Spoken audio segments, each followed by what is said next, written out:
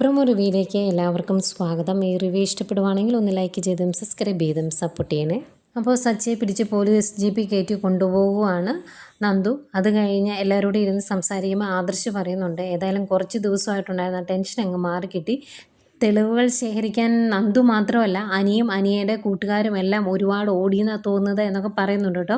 പിന്നെ ജീപ്പിൽ പോകുന്ന സമയത്ത് നന്ദു സച്ചിയോട് പറയുന്നുണ്ട്, ഇനി നിൻ്റെ കാര്യം പോക്കാണ്, പത്രത്തിലെല്ലാം നിൻ്റെ ഫോട്ടോയും കാര്യങ്ങളും എല്ലാം വരും, കാരണം മരിച്ചത് ഒരു പാർട്ടിക്കാരനാണ്, അതുകൊണ്ട് തന്നെ അവർ നിന്നെ എടുത്തിട്ട് മെതിക്കും, അതൊക്കെ മനസ്സിൽ ഓർത്ത് നടന്നാൽ മതി എന്നൊക്കെ പറയുന്നുണ്ട് സച്ചിയോട്.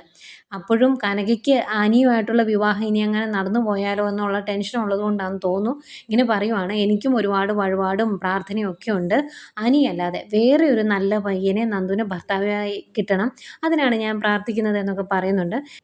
പിന്നീട് ഈ വിവരങ്ങളെല്ലാം അറിയുമ്പോൾ മുത്തശ്ശൻ പറയുന്നുണ്ട്, ഏതായാലും മോതിരം മാറ്റത്തിന് മുമ്പ് എല്ലാ സത്യങ്ങളും എല്ലാവരും അറിഞ്ഞല്ലോ, പ്രത്യേകിച്ച് ഗോവിന്ദനും കനകയും എന്ന് പറയുന്നുണ്ട്. പിന്നെ ലോക്കപ്പിൽ ആകെ വിഷമിച്ചിരിക്കുന്ന സച്ചിയും കാണിക്കുന്നുണ്ട്. ഇതൊക്കെയായിരുന്നു പ്രമോ വിശേഷങ്ങൾ.